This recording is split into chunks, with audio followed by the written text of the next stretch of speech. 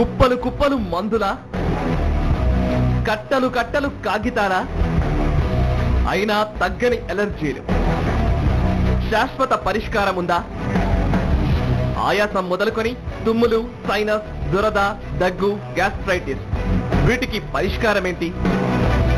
ప్రపంచ ఎలర్జీ వారోత్సవాల సందర్భంగా chief allergy specialist, Ashwini allergy centres మరియు allergy asthma network of India జాతీయ అధ్యక్షుడు డాక్టర్ వ్యాకరణం నాగేశ్వర్ గారితో స్పెషల్ లైవ్ షో శుక్రవారం సాయంత్రం 4 గంటలకు వాచ్ ఆన్ భారత్ టుడే.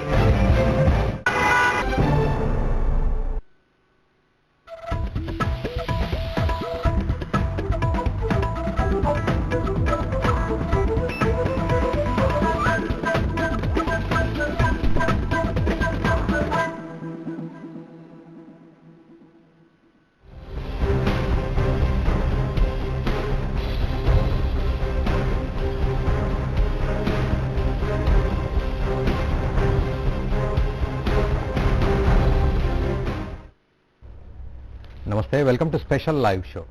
ఎలర్జీలు అంటే దురద దద్దుర్లే కాదు, దీర్ఘకాలిక వ్యాధులకు అవి దారితీయొచ్చు, ప్రాణాంతక వ్యాధుల్ని సైతం తెచ్చిపెట్టొచ్చు.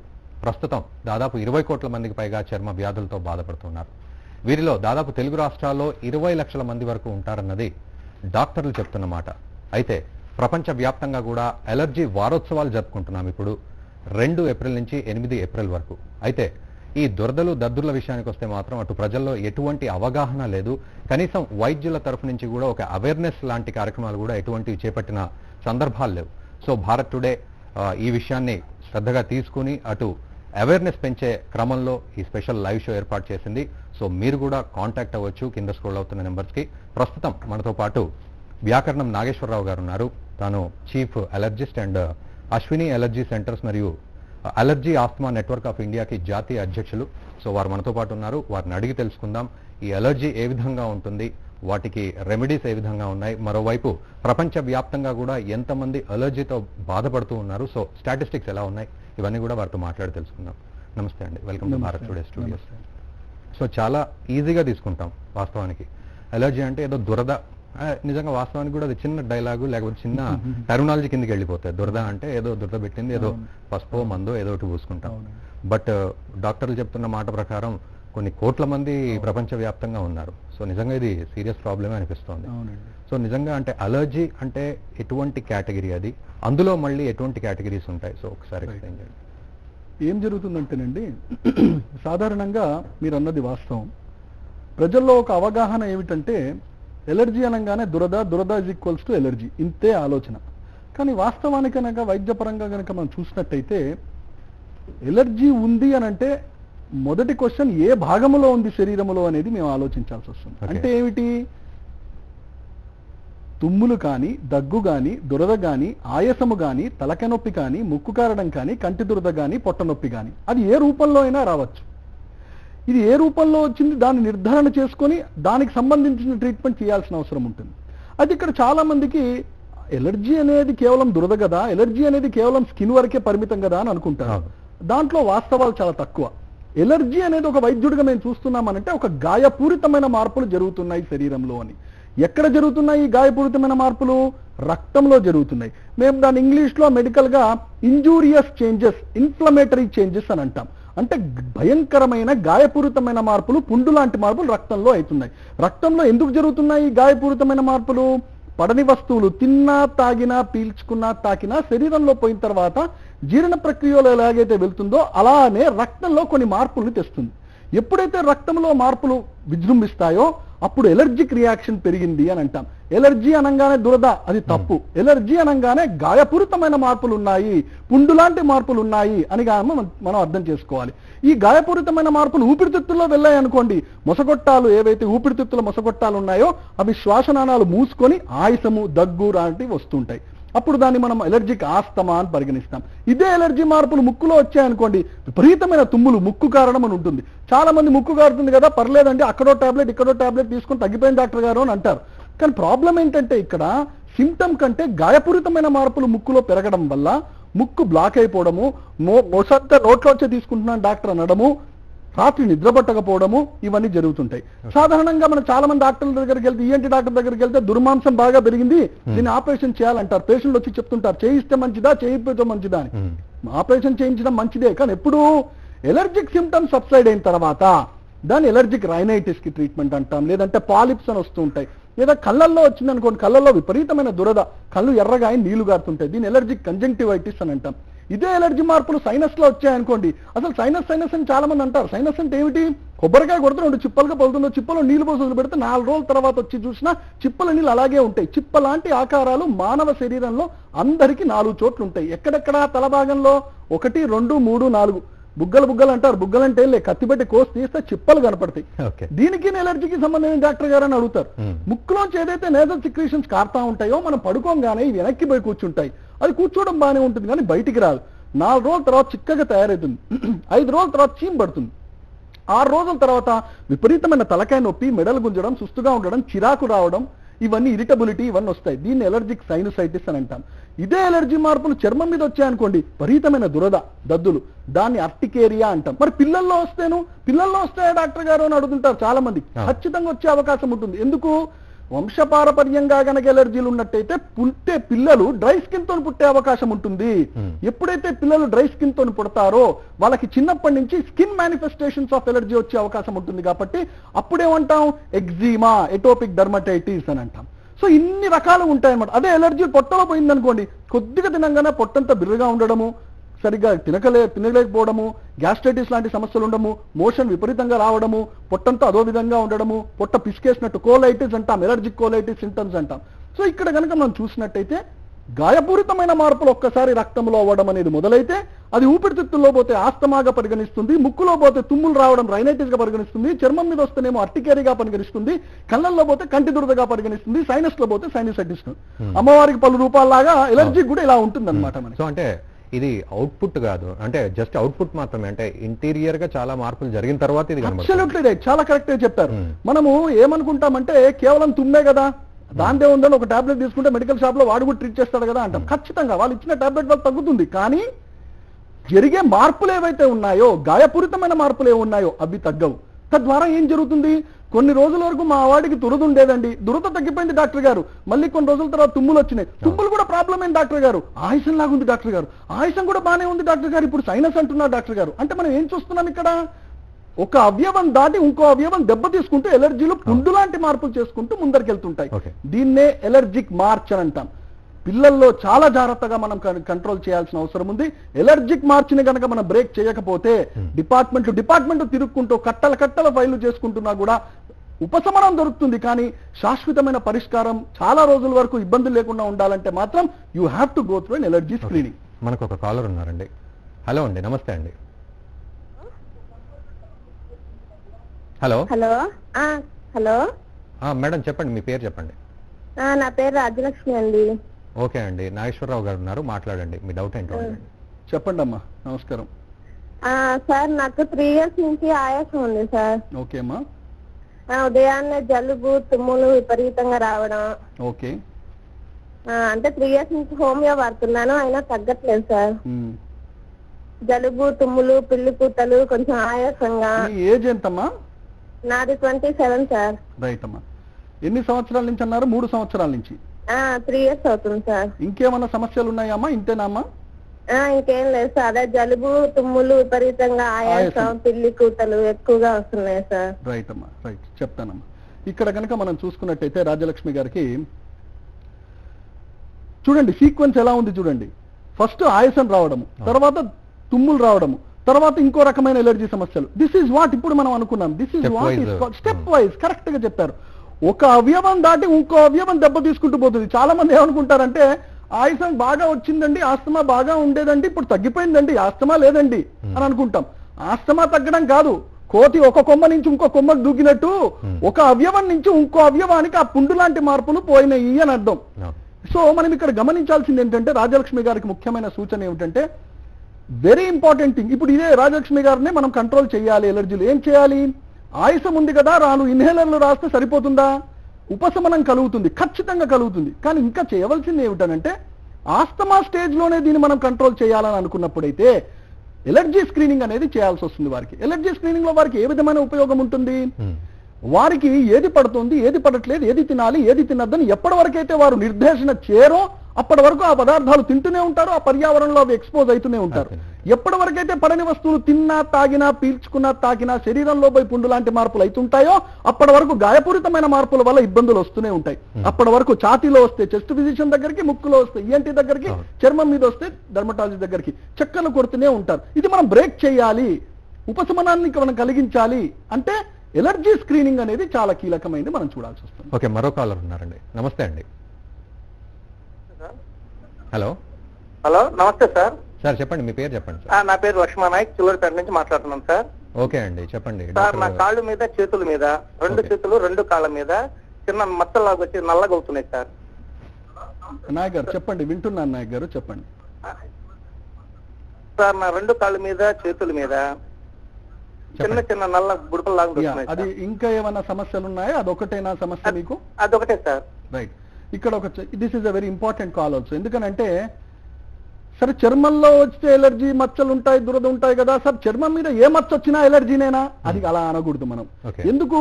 ఒక టిపికల్ ప్రెజెంటేషన్ అనేది మనకి ఎలర్జీలో చర్మం మీద వచ్చినప్పుడు కనపడుతుంది. ఏమిటది?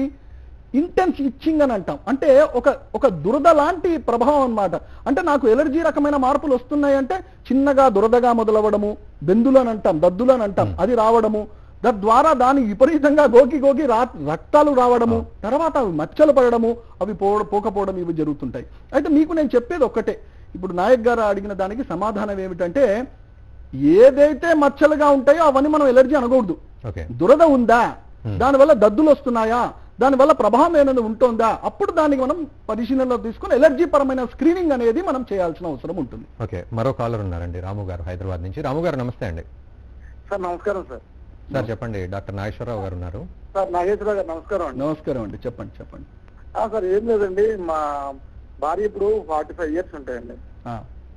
అయితే మీరు చూసిన ప్రోగ్రామ్ లో ఏంటంటే ఎలర్జీ అన్నారు కదా. అవునండి. అయితే కాళ్ళు, పాదాల మీద వచ్చాయండి, చిన్న మామూలుగా చిన్న గాయం అయింది. అయితే ఆ గాయము తగ్గింది కానీ ఒక నల్లగా మచ్చ వచ్చింది. ఆ మచ్చ మెల్లమెల్లగా పెరుక్కుంటూ ₹1 ప్లేస్ అంతా అయిపోయింది. అది ఏది అసలు ఏం మెడిసిన్ వాడినా అది తగ్గటం లేదు. మళ్ళీ అదే పాదాల మీద చుట్టుముట్టు చిన్న చిన్న నల్ల మచ్చలు వస్తున్నాయి. రైట్. అది దురద ఉందా అండి పాదం మీద? మీరు ఏదైతే మచ్చ గురించి మాట్లాడుతున్నారో దురదతో ఇబ్బంది పడుతుందండి. దురద ఉందా? అవునండి. Right right. కాలు వాయడం ఏమన్నా జరుగుతుందా అండి? కాళ్ళకి నీళ్లు రావడము, కాళ్ళ పిక్కలు నొప్పి రావడము? అవునండి, స్వెల్లింగ్ వస్తుంది. Right right. మీరు చేయవలసింది ఒకటండి, అంటే వెంటనే ఇది ఎలర్జీ సమస్య అని నేను చెప్పడానికి వీల్లేదు. మీరు ముఖ్యంగా ఒక స్కిన్ స్పెషలిస్ట్ ని అని లేదంటే ఒక సర్జన్ ని కానీ సంప్రదించినట్టయితే వీనస్ డాప్లర్ స్టడీ అని చేస్తారు. అంటే వ్యారికోజ్ వెయిన్స్ ఎలా ఉన్నాయో ఒకసారి చూసుకుంటారు. వ్యానికోజ్ వెయిన్స్ వల్ల కూడా పాదాల దగ్గర కింద అలా మచ్చలు వచ్చే అవకాశం ఉంటుంది. బికాస్ 45-year-old లేడీ కాబట్టి. సో నేను చెప్పేది అదే, we should not get confused. ఇప్పుడు ఈ డిస్కషన్ అంతా ఎందుకు వస్తుందంటే అసలు ఎలర్జీలు అనేవి పెట్టరేగుతున్నాయని మనం మాట చెప్తున్నాం కాబట్టి ఇది ఎలర్జీ అవునా కాదా అని ఒక ఆలోచన వస్తుంది. అందుకోసమే మనం ఈరోజు మాట్లాడుతున్నాం. అయితే అది ఎలర్జీ అవునా కాదా నిర్ధారణ ఎలా చేస్తాము? సిరం IgE లెవెల్స్ అనేది మనం చేస్తాం. సిరం IgE లెవెల్స్ అనేవి సాధారణంగా కొద్దిగా పెట్టరేగినట్టు కనపడ్డట్టయితే ఇది ఎలర్జీ అయ్యే అవకాశం ఉంటుంది. సిరం IgE లెవెల్స్ పెరగలేదండి, ఎలర్జీలు రావా? వస్తాయి. కానీ సిరం IgE కొంతవరకు సూచిస్తుంది. సో మీకు నేను సలహా ఇచ్చేది ఏమిటంటే 45-year-old ఉమెన్ లేడీ అంటున్నారు కాబట్టి ఒక స్కిన్ స్పెషలిస్ట్ కి, ఒక సర్జన్ కి కనుక చూపించినట్టయితే అల్ట్రాసౌండ్ డాప్లర్ స్టడీ చేస్తే అది నిర్ధారణ అవుతుంది. దాంతో పాటు సిరం IgE టెస్ట్ కూడా ఒకసారి చేయించుకోండి. ఓకే, మరో కాలర్ ఉన్నారండి, భవానీ గారు, వైజాగ్ నుంచి. భవానీ గారు నమస్తే అండి. నమస్కారం. సార్ మా మమ్మీకి నుదుటిన బొట్టును పెట్టుకుంటే మచ్చలా వచ్చింది సార్. అమ్మా హలో, వింటున్నానమ్మా, చెప్పండి. సార్ మళ్ళీ ట్రీట్మెంట్ చేయించామండి. ట్రీట్మెంట్ చేయించినా సరే మళ్ళీ బొట్టు పెట్టుకుంటూ మళ్ళీ దురద వస్తుంది. Right right. అమ్మా, ఇప్పుడు మీ అమ్మ గురించి మీరు మాట్లాడుతున్నారు కదా, అలాగే లైన్ లో ఉండండి, ఒక నిమిషం కొన్ని విషయాలు అడుగుతాను, చెప్పండి. ఎంతమంది పిల్లలమ్మా తల్లిదండ్రులకి మీరు? 4 సార్. రైట్. నేను అడిగిన దానికి కరెక్ట్ గా సమాధానం చెప్పండి అమ్మా, టక్క సమాధానం చెప్పొద్దు, నెమ్మదిగా చెప్పండి. 4 పిల్లల్లో ఇప్పుడు నేను మీ అమ్మని అడగట్లేదమ్మా, మీ అమ్మ గురించి, మీ అమ్మ పిల్లల గురించి నేను అడుగుతున్నాను. మీ నలుగురిలో ఎవరికైనా సరే తుమ్ములు కానీ, దగ్గు కానీ, దురద కానీ, ఆయాసము కానీ, తలకాయ నొప్పి కానీ, ముక్కు కారడం కానీ, కంటి దురద కానీ ఉందా లేదా? లేదు సార్. అమ్మగారికి కంప్లైంట్స్ ఏమైనా ఉన్నాయమ్మా? అమ్మగారికి ఏం కంప్లీట్ లేదు సార్. రైట్. అయితే మీరు సంప్రదించవలసింది ఏంటంటే ఫస్ట్ అసలు you should consult a dermatologist అండి. దాంతో పాటు సిరం ఐజీ టెస్ట్ కూడా చేయండి. అయితే ఇది ఎలర్జీ అయ్యే అవకాశం లేదు, ఇది ఎలర్జీ కాదు అని నేను చెప్పట్లేదు, అయ్యే అవకాశం ఉంటుంది. కానీ allergic to certain kind of chemicals used in the తిలకం పెట్టేటప్పుడు దాంట్లో వాడే కెమికల్స్ వల్ల ఈ రియాక్షన్స్ అనేవి వస్తుంటాయి. ఇలాంటి కండిషన్స్ లో మేము ఏం చేస్తుంటామంటే ప్యాచ్ టెస్ట్ అనేది చేస్తుంటాం. అంటే ఏమిటి, కేవలం అలాంటి బిందువులు కానీ, అలాంటి బొట్టు కానీ, తిలకం కానీ పెట్టుకుంటుంటే ఒక మచ్చలాగా ఏర్పడుతుంది. కాబట్టి ఆ పదార్థం ఏమిటో మేము సేకరించి దాన్ని ఎనాలిసిస్ చేసి అలాంటి కెమికల్ మళ్ళీ వారు వాడకుండా చేయడం అన్నమాట. Of course this should be an allergic manifestation, but unless and until proved we cannot. Fungal infections వచ్చే అవకాశం కూడా ఉంటుంది. చాలా తరచుగా మేము చూస్తుంటాం, మచ్చగా ఫంగల్ ఇన్ఫెక్షన్స్ వస్తే సాధారణంగా పోవు, కొన్ని రోజులు మందులు వాడితే తగ్గినట్టే తగ్గి మళ్ళీ వస్తుంటాయి. సో ఇవన్నీ కూడా ఇవాల్యుయేషన్ చేయాల్సిన అవసరం ఉంటుంది. సిరం ఐజీ లెవెల్ ఏదైతే ఉందో మీరు ఒకసారి చేయించండి, తప్పకుండా చూద్దాం. దాని తర్వాత మీరు సంప్రదించినట్టయితే you can even come to our centre, we will evaluate it అండి. ఓకే, మరో కాలర్ ఉన్నారండి, కేశవ్ గారు అనంతపురం నుంచి. కేశవ్ గారు నమస్తే అండి. సార్ నమస్తే సార్. నమస్కారం అండి, చెప్పండి. నాగేశ్వర గారు ఉన్నారు, మాట్లాడండి. సార్ నమస్తే సార్, నాగేశ్వర సార్. చెప్పండి చెప్పండి సార్ పాపకి నా కూతురు 3 years సార్ పాపకి. చెప్పండి కేశవ్ గారు, గట్టిగా చెప్పండి అమ్మా. నా కూతురికి వచ్చి 3 years సార్. ఓకే. పాపకు వచ్చి భుజం ఎడం చేయి రెక్క భుజం మీద, మళ్ళీ ఈ పక్క చెంప మీద లైట్ గా చిన్నగా డాట్ మాదిరి వచ్చి తెల్లగా వచ్చింది సార్. అది స్కిన్ మీద. అది ఇక్కడ చూస్తే అదేం కాదు, మామూలు సబ్బులు మార్చే వల్ల అని చెప్పారు. Right right. దానికి వచ్చి వెనేషియాను అదే సోప్ ఒకటి రాయించినారు సార్. అదే దాని గురించి కనుక్కుందామని. రైట్. ఈ కంప్లైంట్ మీరు ఏదైతే చెప్పారో అది కాకుండా వేరే ఇబ్బందులు ఉన్నాయండి మీ పాపకి? అదే సార్, అవి అంటే బుగ్గల మీద ఏదైతే మీరు కంప్లైంట్ చెప్పారో అది కాకుండా వేరే ఇబ్బందులు ఏమైనా ఉన్నాయా మీ అమ్మాయికి అని అడుగుతున్నాను. వేరే ఏం లేదు సార్. అదే సార్, తల్లిదండ్రులు అంటే మీరు మీ మిస్సెస్ లో ఇద్దరిలో ఎవరికైనా ఎలర్జీ లాంటి సమస్యలు ఉన్నాయా అండి? లేవు సార్. రైట్. అంటే జనరల్ గా థ్యాంక్స్ అండి. ఇప్పుడు ఈ కాలర్ కనుక మనం చూసినట్టయితే చిన్న పిల్లల్లో హైపోపిగ్మెంటెడ్ ప్యాచెస్ అని అంటాం, అంటే తెల్ల మచ్చల్లాగా వస్తుంటాయి. దాన్ని ఎలర్జీగా మనం అనుకోకూడదండి. ఇది న్యూట్రిషనల్ డెఫిషియన్సీగా వస్తుంటాయి, అప్పుడప్పుడు వైటమిన్ లోపం వల్ల వస్తుంటాయి. So it's a very simple thing. వాళ్ళు దగ్గరలో ఉన్న ఏ ఎంబీబీఎస్ డాక్టర్ దగ్గరికి వెళ్ళినా కూడా వైటమిన్ అనాలిసిస్ ఒకసారి చూసుకున్నట్టయితే పోషకాహారం ఇచ్చినా లేకపోతే వైటమిన్ సప్లిమెంటేషన్ ఇచ్చినా అది రెస్పాన్స్ అయ్యే అవకాశం ఉంటుంది. సో ఇందాక మీరు అన్నట్టు అంటే దాదాపు అంటే తెలుగు రాష్ట్రాల్లో అసలు ఎంతమంది బాధపడుతున్నారు, వాళ్ళకి తెలిసి కానీ తెలియకుండా కానీ అసలు ఈ ఎలర్జీ తోటి? రైట్. ఇక్కడ మనం చూసుకున్నట్టయితే మొత్తం దేశంలోనే ఇన్ కంట్రీ ఆఫ్ 120 పాపులేషన్ లో సుమారు 30% జనాభాకి ఒక రకమైన ఎలర్జీ లేదా ఇంకో రకమైన ఎలర్జీ ఉంటుంది. 30% అంటే డిస్కౌంటెడ్ పిక్చర్ వేసినా కూడా 30 కోట్ల మంది కానీ లెక్కేసుకున్నట్టయితే అదే 10 కోట్ల మందికి వచ్చినట్టయితే కనీసం 1 కోటి మందికైనా మనకు ఉంటుందని ఒక అంచనాలో ఉన్నాం మనం ఈరోజు. అయితే వాళ్ళు ఎలర్జీతో బాధపడుతున్నారు, ఎలర్జీనే వాళ్ళ బాధకి కారణమని వాళ్ళకి తెలియకపోవడంతో ఏం జరుగుతుందనంటే మందులతోనే ఉపశమనం కలిగిపోయింది కాబట్టి ఇంకా మళ్ళీ రాదు అని అనుకుంటారు. మళ్ళీ ఎప్పుడైతే వస్తుందో అది తీవ్ర స్థాయిలో వచ్చినప్పుడు ఐసీయూ అడ్మిషన్ వరకు వెళ్లాల్సి వస్తుంది. సో దీన్ని మనం సింపుల్ గా ఆస్తమా గురించే మనం మాట్లాడుకున్నాం, ఉబ్బసం వ్యాధి గురించి మనం మాట్లాడుకున్నాం. చిన్నప్పుడు ఏదైతే ఉబ్బసం వ్యాధి ఉందనుకోండి పిల్లల్లో, వాళ్ళు మనం జాగ్రత్తగా ఐడెంటిఫై చేయాల్సింది. చిన్నప్పుడు ఎలా తెలుస్తుంది? అమ్మ తల్లిదండ్రులు పక్కన పడుకోబెట్టినప్పుడు పిల్లాడు పడుకున్నప్పుడు కుయి కుయి అని ఛాతీలోంచి శబ్దాలు వస్తున్నాయి అనుకోండి, గురక లాంటి శబ్దాలు వస్తున్నాయి, సరిగా నిద్రపోలేకపోతున్నాడు చిన్నప్పుడు. సో వాడిని గమనించి వాడి పెరుగుదల లోపం ఏమైనా ఉంటుందా అప్పుడు డాక్టర్ దగ్గరికి తీసుకెళ్ళాలి. అమెరికాలో అయితే ఎలర్జీ స్క్రీనింగ్ చిన్న పిల్లల్లో అయితే ఫస్ట్ ఇయర్ నుంచి కూడా 1వ సంవత్సరం నుంచి కూడా స్టార్ట్ చేస్తారు. అయితే మన ఇండియాలోకి వచ్చేసరికి మనం అంతా 1 year వరకు మనం చేయట్లేదు, కానీ 3 years కిడ్ నుంచి మనం we are screening the allergies. So ఆ స్టేజ్ నుంచి మనం ఐడెంటిఫై చేయాలి. ఏమవుతుంది డాక్టర్ గారు 3 సంవత్సరాలే కదా, వాడు 15-20 సంవత్సరాలు వచ్చిన తర్వాత చూద్దాం డాక్టర్ గారు అని చాలా మంది అంటారు. 15-20 సంవత్సరాల లోపల నేను ఇంతకుముందు చెప్పినట్టు ఆస్తమా దాటిపోయి, రైనైటిస్ దాటిపోయి, కంజంక్టివిటిస్ దాటిపోయి ఈ will land up into sinusitis. So అప్పుడు మీరు ఎంతమంది దగ్గరికి వెళ్లాల్సి వస్తుంది, ఎన్ని ఇబ్బందులు ఉంటాయి. సో ఇంకో విషయం ఇక్కడ గమనించాల్సింది ఏంటంటే ఎలర్జెనిసిటీ అంటాం మేము. మనం ఎక్స్పోజ్ అయ్యే ప్రతి పదార్థానికి ఎలర్జీలు పెట్టరేగే గుణం శరీరంలో ఉంటుంది. అంటే ఎలర్జీ అంటే ఏమిటి అసలు సింపుల్ గా చెప్పాలంటే ఒక యాంటీజెన్ అనేది బయట నుంచి వచ్చే అటాక్, యాంటీబాడీ అనేది శరీరం నుంచి విప్లవాత్మకంగా దాన్ని కౌంటర్ చేసేది నార్మల్ గా మన గుణంలో ఉంటుంది, రక్తంలో ఉంటుంది ప్రతి శరీరంలో. యాంటీజెన్ యాంటీబాడీ రెండు రియాక్షన్ ఏదైతే అవుతుందో దాని వల్ల మనకి ఎలర్జిక్ రియాక్షన్ అనేది పుడుతుంది. ఆ ఎలర్జీ రియాక్షన్ ఊపిరితిత్తుల్లో వస్తే ఆయిస్తం రావడము, ముక్కులో వస్తే తుమ్ములు రావడము, this is a very common thing. So పిల్లల్లో గనక మనం చాలా జాగ్రత్తగా గమనించి వాళ్ళ పెరుగుదల లోపం లేకుండా మనం గమనించాల్సిన అవసరం ఉంటుంది. ఓకే డాక్టర్ గారు, ఇంకా మరిన్ని డీటెయిల్స్ అలర్జీ గురించి మాట్లాడుకునే ముందు ఒక చిన్న బ్రేక్ తీసుకున్నాం. సో చూస్తున్నారు కదా, మీరు కూడా కాల్ చేయండి, మీకు ఎటువంటి డౌట్స్ ఉన్నా కూడా డాక్టర్ నాగేశ్వర్ గారు ఉన్నారు మనతో పాటు డౌట్స్ క్లియర్ చేయడానికి. సో ఇప్పుడు ఒక చిన్న బ్రేక్ తీసుకుందాం, స్టే ట్యూన్.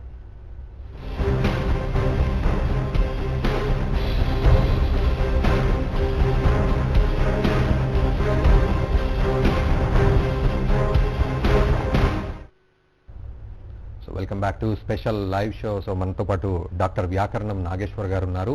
యాక్చువల్లీ మనం వరల్డ్ ఎలర్జీ వీక్ ని జరుపుకుంటున్నాం 2 ఏప్రిల్ నుంచి 8 ఏప్రిల్ వరకు. సో చాలా మందికి కూడా దురదలు దద్దుర్లు అంటే జస్ట్ ఏదో స్కిన్ మీద వచ్చిన ర్యాషెస్ లాంటివని మాత్రమే చాలా ఈజీగా తీసుకుంటారు. బట్ డాక్టర్ గారు చెప్తూ ఉంటే చాలా సీరియస్ ఇష్యూ ఇది అని మనకు తెలుస్తుంది. సో ఇంకొన్ని డీటెయిల్స్ కూడా తెలుసుకుందాం. సో ఎలర్జీ స్క్రీనింగ్ విషయానికి వస్తే, సో అది ఎలా మనం అప్రోచ్ అవ్వాలి అండ్ ఎలర్జీ ఎలా తెలుస్తుంది చూసేవాళ్ళకి? ఎలర్జీ స్క్రీనింగ్ వచ్చేసి సాధారణంగా యుఎస్ లో డెవలప్డ్ వెస్టర్న్ కంట్రీస్ లో అయితేనేమో రైట్ ఫ్రమ్ 1 year నుంచి కనుక చేస్తారండి. అయితే మన దేశంలో వచ్చేసరికి we don't do first year నుంచి కాకుండా అదే wait for around 1-2 years, 3 years నుంచి కూడా మనం చేస్తున్నాం. అయితే చిన్నపిల్లల దీనిలో 2 రకాలు ఉన్నాయి. చిన్నపిల్లల్లో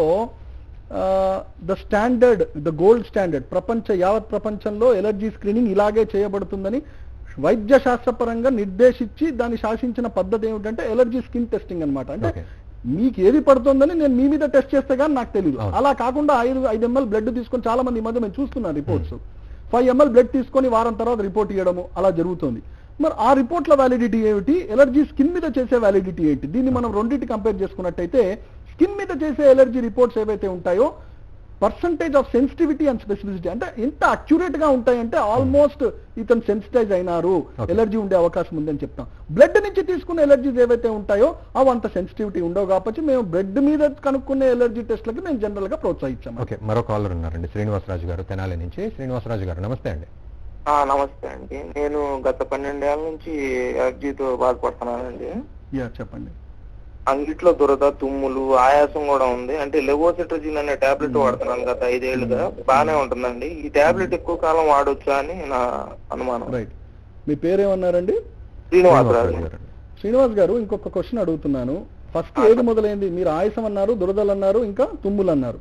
అవునండి. ఫస్ట్ మొదలైంది ఏమిటి మీకు? ఫస్ట్ నాకు అంగిట్లో దురద, తుమ్ములు మొదలైనాయండి. తర్వాత సీక్వెన్స్ కనుక మనం చూసినట్టయితే, సో ఫస్ట్ తుమ్ములు మొదలైనవి. తుమ్ములు మొదలగానే మీరు చేసిన చికిత్సా విధానం ఏమిటి? నేను మామూలుగా ఈఎన్టీ స్పెషలిస్ట్ దగ్గరికి వెళ్తే వాళ్ళు ఆ దురద తగ్గడానికి తుమ్ములు వాటికి రాసి ఇచ్చారండి. అంటే 12-13 ఏళ్ళు అవుతుంది కదా, ఆ మెడిసిన్ అది గుర్తులేదు. మంచిదండి, మంచిది. దాని తర్వాత మళ్ళీ దురదలు మొదలైనవి, దాని తర్వాత ఇప్పుడు ఆయాసం కూడా వస్తుంది, అంతేనా అండి? దురదలు అంటే ఒళ్ళంతా దురదనే ఉన్నామండి, ఓన్లీ అంగిట్లోనే వచ్చింది దురద. అది వచ్చిన తర్వాత తుమ్ములు, జలుబు బాగా చేయడం చేసిందండి. రైట్, అచ్చా, రైట్, థ్యాంక్స్ అండి, చెప్తాను. సో ఇక్కడ కనుక మనం చూసినట్టయితే చాలా క్లియర్ గా కనబడుతుంది మనం. సో స్టెప్ వైజ్ గా ప్రోగ్రెస్ అవుతుంది. ఎలర్జీ అనేది ఒక సిట్రజిన్ తోనే అణిగేది కాదు, ఇది నగ్న సత్యం నమ్మాలి మనం వైద్య శాస్త్రంలో. మరి సిట్రజిన్ అమ్ముతున్నారు కదా, అది మంచి మందు కాదా? మంచి మందే, కానీ ఎంతవరకు దాని పవర్ ఉంది కాపాడడానికి? అది చిన్న వానపాము లాంటిది, it cannot tackle allergies. So allergy, ఇప్పుడు వీరికి, ఈ కాలర్ గారికి మనం ఇచ్చే సందేశం ఏంటంటే 12 సంవత్సరాల నుంచి వీరు బాధపడుతున్నారు. వీరే కనుక మన దగ్గరకు వచ్చినట్టయితే మనం ఏం చేస్తాము? ఆ 10 years బ్యాకే వీళ్ళకి ఎలర్జీ స్క్రీనింగ్ చేసేవాళ్ళం.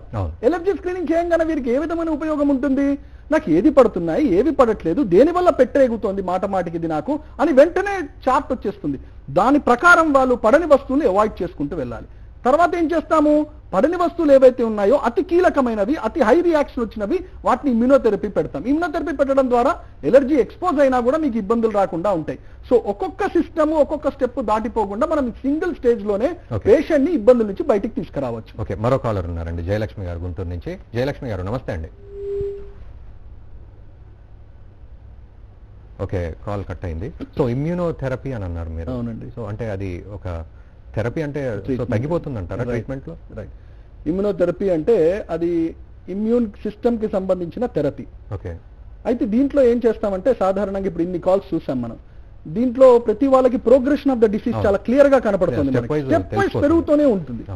సో వీళ్ళని ఏం చేస్తామంటే ఫస్ట్ ఎలర్జీ స్క్రీనింగ్ చేసిన తర్వాత ఆయాసం ఉన్నా, ఆస్తమా ఉన్నా, లేదంటే దద్దులున్నా, దురదున్నా, తలకాయ నొప్పి, సైనోసైటిస్ ఉన్నా, ముక్కు గారడం ఉన్నా, we first go for an allergy screening. వాళ్ళతో కూర్చొని మాట్లాడిన తర్వాత ఎలర్జీ స్క్రీనింగ్ చేసిన తర్వాత ఒక పట్టిక వస్తుంది, ఏది పడుతుంది ఏది పడదని. పడని వస్తువులు తీసుకున్న తర్వాత దాన్ని అవాయిడ్ చేయమని చెప్పి ట్రీట్మెంట్ పెడుతూనే ఏదైతే అతి కీలకంగా వారిని మాటమాటికి ఇబ్బంది పెడుతుందో, ఉదాహరణకు ఒక విషయం నేను చెప్పాలి, భారత్ టుడే తరఫున మన ప్రేక్షకులు అందరికీ చెప్పాల్సింది ఏంటంటే హౌస్ డస్ట్ మైట్ అని ఒకటి ఉందండి.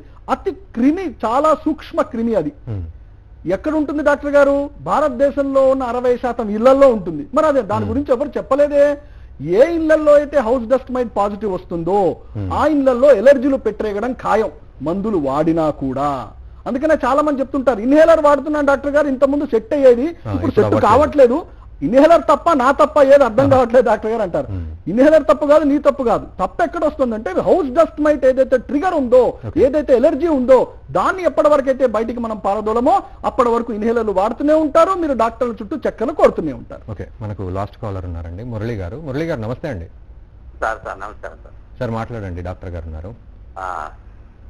సార్ నమస్కారం సార్. డాక్టర్ గారు నమస్కారం సార్. నమస్కారం సార్, చెప్పండి సార్. నాది 63 years సార్. నాకు షుగర్ ఉంది సార్, తర్వాత బీపీ ఉంది. ఇప్పుడు నైట్ లో ఈ గ్యాస్ ప్రాబ్లం అయితే సార్ అసలు నిద్ర పట్టదు, తెల్లందాకా కూర్చొని ఉండడమే. జలుబు కూడా ఉంది సార్, తుమ్ములు. అది నాకు చిన్నప్పటి నుంచి ఉన్నాయి సార్. ఏముంది చిన్నప్పటి నుంచి అండి? జలుబు. ఆయాసం కూడా ఉంటుందా అండి? ఆయాసం ఉంటుంది, తర్వాత ఈ దమ్ము కూడా వస్తుంది సార్. స్మోకింగ్ హ్యాబిట్స్ ఉన్నాయండి? లేదు సార్, లేదు. రైట్ అండి, రైట్. చూడండి, సో ఎవ్రీ కాల్ కనుక మనం చూసుకున్నారో 10 calls పక్కన పెట్టుకొని చూసుకుంటే ఎలా స్టెప్ వైజ్ ముదిరేకుంటూ పోతున్నాయని. ఇలాంటి పేషెంట్స్ కి కనుక మనం ఇమ్యూనోథెరపీ చేసామనుకోండి, అంటే 100 మంది ఎలర్జీ పేషెంట్స్ ఉంటే 100 మందికి ఇమ్యూనోథెరపీ చేస్తామా? చెయ్యము. ఎవరికైతే ఏ కీలకంగా బాధ పెడుతుందో, నాకు హౌస్ డస్ట్ మైట్ ఎలర్జీ అండి, నేను దానికి ఇమ్యూనోథెరపీ తీసుకుంటా అంటే ఏమిటి? దీర్ఘకాలంగా 6 నెలలు, సంవత్సరంన్నర నాలిక కింద ఒక గోళీ పెట్టడము, నాలిక కింద ఒక డ్రాప్ వేయడం చేస్తుంది. దానివల్ల ఉపయోగం ఏంటి?